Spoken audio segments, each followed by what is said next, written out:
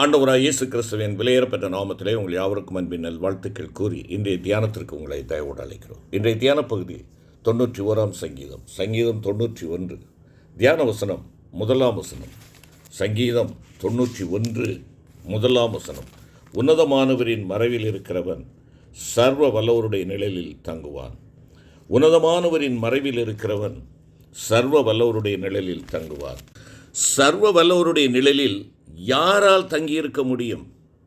உன்னதமானவரின் மறைவில் இருக்கிறவன் மாத்திரமே அந்த நிலையில் தங்கியிருக்க முடியும் என்று ஆண்டவருடைய திருவார்த்தை கூறுகிறது. 91ஆம் சங்கீதம் 1ஆவது வசனம்.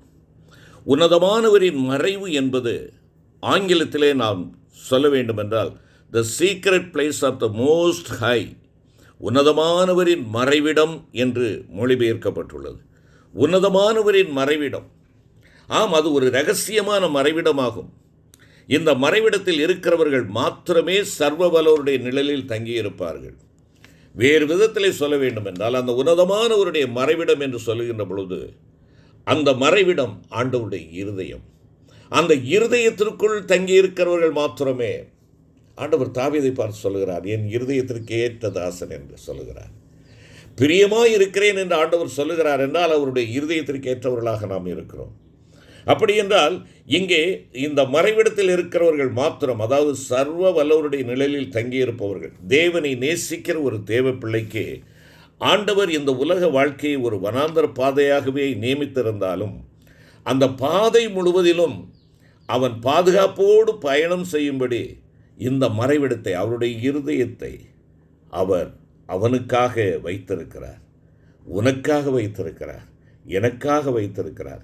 இந்த உன்னதமானவரின் மறைவிடத்தில் இருப்பது என்பது தேவனுடைய சித்தத்தின் மையத்திலே நான் இருக்கிறேன் என்பது, தேவனுடைய சித்தத்தின் மையத்திலே நான் இருக்கிறேன் என்பதாகும். ஆம், சித்தத்தின் மத்தியில் இருப்பது இந்த மறைவிடத்தில், அதாவது தேவ சித்தத்தின் மத்தியில் இருக்கிறவர்களின் வாழ்க்கை முற்றிலும் உன்னதமானவராலேயே ஆட்கொண்டு வழிநடத்தப்படும். அவர்களுடைய வாழ்க்கையின் கப்பலாக இருக்கக்கூடிய அவர்களுடைய ஜீவியமாகிய கப்பலின் சுக்கானை அவர் பிடித்திருப்பார். அதனை நடத்துகிறவர் அவர்தான் அதை பிடித்திருக்க வேண்டும். அதனை கொண்டு போகும்படி யோசிக்கும் இடம் எதுவோ அவ்விடத்திற்கு நேராக அதனை நடத்தி செல்வார். உன் வாழ்க்கையாகிய கப்பலை, உன் ஜீவியமாகிய கப்பலை ஆண்டவர் நடத்தும்படியாக கொடுக்கின்ற பொழுது அவர் கரத்திலே நீ இருக்கிறாய். அவருடைய சித்தத்திற்கு முழுமையுமாக உன்னையும் என்னையும் நாம் ஒப்புக் கொடுக்கின்ற பொழுது அவர் தம்முடைய பார்வைக்கு நலமான பிரகாரமாக அவருக்கு பிரியமானது அவருடைய கரத்தினாலே வாய்க்கும்படியாக அவர் செய்வார். ஆம், அவர் எங்கு போக வேண்டும் என்று யோசிக்கிறாரோ அவ்விடத்திற்கு நேராக அதனை நடத்தி செல்வார். யாக்கோபு 3ஆம் அதிகாரம் 4ஆம் வசனம் அதைத்தான் குறிப்பிடுகிறது. அவரே அவர்களது ஜீவியத்தின் மேல் முழு அதிகாரமும் முழு உரிமையும் முழு சுயாதீனமும் உள்ளவராயிருப்பார். அவர்களுடைய வாழ்க்கையில் சம்பவிக்கும் சகலமும் ஆண்டவருடைய கட்டுப்பாட்டின் கீழாக இருக்கும். அவர்களது யுத்தங்கள் அனைத்தையும் உன்னதமானவர் தமக்கு விரோதமான யுத்தங்களாகவே கணித்து அவர்களுக்காக அவர் யுத்தம் பண்ணி மகிமையாய் வெற்றி சிறக்கிறவராக இருப்பார். சங்கீதம் 83 3, 7 மற்றும் 17ஆம் வசனத்தை வாசித்து பாருங்கள். முடிவிலே அவர்களை அவர் வெற்றிகரமாக கரை சேர்ப்பார். இவை உன்னதமானவரின் மறைவிடத்தில் தங்கியிருக்கும் தேவ பிள்ளைகளுக்கு மாத்திரமே உரிமையானது என்பதை நீங்களும் நானும் உணர்ந்து கொள்ள வேண்டும். அவர்கள் தேவனுடைய இருதயத்தோடு மிகவும் நெருங்கி ஜீவிப்பவர்களாவர். நாம் உன்னதமானவரின் மறைவில் தங்கியிருப்போம் என்றால் நாம் சுயமாக சிந்திக்கவோ பேசவோ கிரியை செய்யவோ மாட்டோம். மாறாக தேவன் நம்முடைய மனதில் எவைகளை வைக்கிறாரோ அவைகளையே நாம் சிந்திப்போம். தேவன் நம்முடைய நாவின் வார்த்தைகள் எந்த வார்த்தைகளை அருளுகிறாரோ அவைகளையே நாம் பேசுவோம். தேவன் எவைகளை செய்யும்படி நமக்கு கற்பிக்கிறாரோ அவைகளையே நாம் செய்வோம். தேவன் நம்மை எங்கு போகச் சொல்லுகிறாரோ அங்கு மட்டுமே நாம் செல்லுவோம். இவ்விதமாக இந்த பூமியிலே ஜீவிக்கின்ற போதே நாம் தேவனோடு நெருங்கிய ஐக்கியமுள்ளவர்களாக இருக்கும்படி நாம் நம்முடைய ஜீவியத்தின் சகல அம்சங்களிலும் பரிபூர்ணமான தேவனுடைய சித்தம் செய்ய கவனமாயிருக்க நம்மை அவருடைய ஆளுகைக்குள்ளாக நாம் ஒப்புக் கொடுக்க வேண்டும். அப்பொழுது உன்னதமானவரின் மறைவிடம் நமக்கு பலத்த பாதுகாப்பாக இருக்கும். இந்த உன்னதமானவருடைய மறைவிடத்திலே தங்கியிருக்கிறவர்களுக்கு கிடைக்கின்ற ஏராளமான ஆசீர்வாதங்கள் உண்டு. குறிப்பாக 1-2 காரியங்களை நாம் கற்றுக்கொள்வோம். முதலாவதாக உன்னதமானவரின் பலம். யோசேப்புக்கு நியமிக்கப்பட்டிருந்த மரியாள் உன்னதமானவரின் மறைவிடத்தில் தங்கியிருந்தவளாக தேவனுடைய சித்தத்திற்கு தன்னை முற்றிலுமாக ஒப்புக் கொடுத்திருந்த ஒரு கன்னிகையாய் இருந்தாள். ஒரு நாள் அவள் தன் வீட்டில் இருந்தபோது காபிரியேல் என்னும் தேவதூதன் அவளிடத்தில் அனுப்பப்பட்டார். அவன், பரிசுத்த ஆவி உன்மேல் வரும், உன்னதமானவருடைய பலம் உன்மேல் நிழலிடும், ஆதலால் உன்னிடத்தில் பிறக்கும் பரிசுத்தமுள்ளது தேவனுடைய குமாரன் என்னப்படும் என்பதாக குறிப்பிடுகிறார். தேவனுடைய சித்தத்தை அவளுக்கு வெளிப்படுத்தினான். அப்பொழுது அவள், இதோ நான் ஆண்டவருக்கு அடிமை, உம்முடைய வார்த்தையின்படி எனக்கு ஆக கடவுது என்று கூறி அதற்கு தன்னை முற்றிலுமாக அர்ப்பணித்தாள். அவளுக்கு சொல்லப்பட்ட தேவ சித்தமானது எந்த ஒரு கன்னி பெண்ணினாலும் ஏற்றுக்கொள்ளக்கூடாத ஒன்றாயிருந்தது. ஒரு புருஷனுக்கு நியமிக்கப்பட்டிருந்த அவள் தனக்கு உரைக்கப்பட்ட அந்த தேவ சித்தத்திற்கு தன்னை ஒப்புக் கொடுத்தால் தனக்கு என்ன நேரிடும் என்பதை எல்லாவற்றையும் அவள் அறிந்திருந்தாள். ஆம், மனுஷரால் நிந்திக்கப்படுதலையும் அவதூறாக பேசப்படுதலையும் புறக்கணிக்கப்படுதலையும் ஏற்றுக்கொள்ள வேண்டிய ஒன்றாகும் என்பதையும் அவள் அறிந்திருந்தாள். வாழ்க்கைப்படுவதற்கு முன்னே கர்ப்பவதியாவது என்பது தன்னை விவாகம் பண்ண போகிற புருஷனால் தள்ளிவிடப்படக்கூடிய அபாயத்தையும் தன் எதிர்காலம் என்னவாகும் என்ற கேள்வியையும் நியாயப்பிரமாணத்தின்படி கல்லெறிந்து கொல்லப்படுதலாகிய முடிவையுமே தனக்கு பரிசாக வழங்கும் என்பதையும் அவள் நன்கு அறிந்திருந்தாள். ஆனாலும் அந்த உன்னதமானவரின் மறைவிலேயே தேவ சித்தத்தின் மத்தியிலேயே இருக்க அவள் தீர்மானித்திருந்தாள்.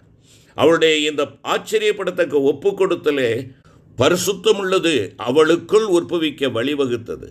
அதோடு சர்வ வல்லவர் தம்முடைய நிழலில் தங்கியிருந்த தம் பிள்ளையின் யுத்தத்தையும் பொறுப்படுத்தி அவளுக்கு நியமிக்கப்பட்டிருந்த புருஷனுக்கு ஒரு சொப்பனத்தினூடாக உண்மையை வெளிப்படுத்தி அவனுடைய மனதின் ஐயத்தை அகற்றினார். உன்னதமானவருடைய பலம் என்பது பரிசுத்த ஆவியானவரை குறிக்கிறது. எனவே உன்னதமானவரின் பலம் நிழலிடுதல் என்பது பரிசுத்த ஆவியானவர் நம்மேல் அசைவாடுவதை குறிக்கின்ற ஒரு சொல். நாம் உன்னதமானவரின் மறைவிடத்தில் தங்கியிருக்கும் போது ஒரு மகிமையான செயல் நமக்குள் நடந்தேறுகிறது. பரிசுத்த ஆவியானவர் நமக்குள் நம்முடைய பரிசுத்தமாக்குதலின் கிரியையை நடப்பிக்கிறார் என்று சொல்லி 1 பேதுரு 1:2 வாசிக்கிறோம். நம் ஆவிக்குரிய ஜீவியத்தில் நாம் கிறிஸ்துவின் நிறைவை பெற்றுக்கொள்வதற்கு நம்மேல் நிழலிடும் இந்த உன்னதமானவருடைய பலத்தின் கீழேயே நம்முடைய ஜீவிய காலம் முழுவதும் நாம் தங்கியிருக்க வேண்டும். ஒரு தாய்க்கோழியின் கீழ் அடைகாக்கப்படுகின்ற முட்டைகளானது 21 நாட்கள் நிலையாக அங்கேயே வைக்கப்பட்டிருந்தால் மாத்திரமே அந்த நாட்களின் நிறைவில் அவற்றிலிருந்து பூரண வளர்ச்சியடைந்த கோழி குஞ்சுகள் வெளிவரும். அவ்வப்பொழுது தாய்க்கோழியின் அனலிலிருந்து வெளியே எடுக்கப்படும் முட்டைகள் அழுகி நாற்றமெடுக்கும் என்பதை நாம் அறிந்திருக்கிறோம் அல்லவா? முட்டைகள் மீது அமர்ந்து அடைகாக்கும் ஒரு தாய்க்கோழியைப் போல நம்முடைய ஜீவியத்திலே அசைவாடும் பரிசுத்த ஆவியானவர் தமது மகிமையான செயலை நமக்குள் நிறைவேற்றி முடிக்கும் வரை நாம் அந்த மகிமையான நோக்கத்திற்கு நம்மை முற்றிலும் ஒப்புக் கொடுத்து அவருக்கு கீழ்ப்படிந்து அடங்கியிருக்க வேண்டியது மிகவும் அவசியம் என்பதை நீங்களும் நான் உணர்ந்து கொள்ள வேண்டும். பரிசுத்த ஆவியானவரின் இந்த மகிமையான செயல் நம்முடைய அனுதின வாழ்வில் நம்முடைய உள்ளான மனுஷனில் நடந்தேற வேண்டும். நம் உள்ளான மனுஷன் நாளுக்கு நாள் மகிமையின் மேல் மகிமை அடைந்து தேவ குமாரனின் சாயலுக்கொப்பாக மறுரூபமடைய வேண்டும். நாம் தேவ சமூகத்தில் தரித்திருந்து உன்னதமானவருடைய பலத்தினால் நிரப்பப்படுவதன் மூலமாக மாத்திரமே தேவ குமாரனின் சுபாவத்தை நம்முடைய ஜீவியத்தில் படிப்படியாக வெளிப்படுத்துகிறவர்களாக மாற முடியும் என்பதை உணர்ந்து கொள்ள வேண்டும். இவ்விதமாக பரிசுத்த ஆவியானவரின் பரிசுத்தமாக்குதலுக்கு நம்மை நாமே ஒப்புக்கொடுத்து வாழ்வோம் என்றால் உன்னிடத்தில் பிறக்கும் பரிசுத்தமுள்ளது என்று மரியாளிடம் கூறப்பட்டது போல நம்முடைய ஆவி ஆத்துமா சரீரம் முழுவதும் பரிசுத்தமுள்ளவையாக மாற்றப்பட்டு நம்முடைய கர்த்தராகிய இயேசு கிறிஸ்து வரும்போது குற்றமற்றவையாயிருக்கும்படி காக்கப்பட்டிருக்கும். கிறிஸ்து இயேசுவுக்குள் நம்மை தம்முடைய நித்திய மகிமைக்கு அழைத்தவராயிருக்கிற சகல கிருபையும் பொருந்திய தேவன் தாமே கொஞ்ச காலம் பாட அனுபவிக்கிற நம்மை பூரணப்படுத்தி ஸ்திரப்படுத்தி பலப்படுத்தி நிலைநிறுத்துவார் என்று சொல்லி 1 பேதுரு 5:10 நாம் வாசிக்கிறோம். நம்முடைய நித்திய மகிமைக்கென்று நம்மை அழைத்தவர் தம்முடைய மகிமையான செயலில் நம்மில் நிறைவேற்ற உண்மையுள்ளவராயிருக்கிறார். அருமையான சகோதர சகோதரிகளே, எனவே மகிமையான அவருடைய வல்லமையினால் கிறிஸ்துவின் திவ்ய சுபாவங்கள் நம்மிலே பூரணமாய் உருவாக்கப்படும் வரை நாம் அந்த உன்னதமானவருடைய பலத்தின் நிழலில் அமர்ந்திருப்போமாக. அவ்விதம் நாம் இருப்போம் என்றால் அவர் எல்லாவற்றையும் தமக்கு கீழ்ப்படுத்தி கொள்ளத்தக்க தம்முடைய வல்லமையான செயலின்படியே நம்முடைய அற்பமான சரீரத்தை தம்முடைய மகிமையான சரீரத்திற்கு ஒப்பாக மறுரூபப்படுத்துவார். அருமையான சகோதர சகோதரிகளே, உன்னத பலம் நமக்கு அவசியம். உன்னதமானவரின் பலம் நமக்கு இருக்கின்ற பொழுது சர்வ வல்லவரின் நிழலில் நாம் தங்கக்கூடியவர்களாக காணப்படுவோம். கிருபை நிறைந்த ஆண்டவரே, உன்னதமானுடைய பலத்திற்கு எங்களை ஆட்கொள்ளும்படியாய் ஒப்புக் கொடுக்கிறோம். ஆண்டவரே, நீர் என்னிலே எங்களிலே செயலாற்ற அப்பா எங்களை முழுமையுமாய் உம்முடைய பாதத்திலே அர்ப்பணிக்கிறோம். நாங்கள் உம்முடைய பலத்தினால் நிரப்பப்பட்டு சர்வ வல்லவருடைய நிழலில் தங்குகிற அந்த அனுபவத்தை நாங்கள் எப்பொழுதும் எங்களுக்கு சொந்தமாக்கிக் கொள்ள உதவி செய்யும். மீட்பர் இயேசு கிறிஸ்துவின் மூலம் வேண்டிக் கொள்கிறோம் நல்ல பிதாவே. ஆமென்.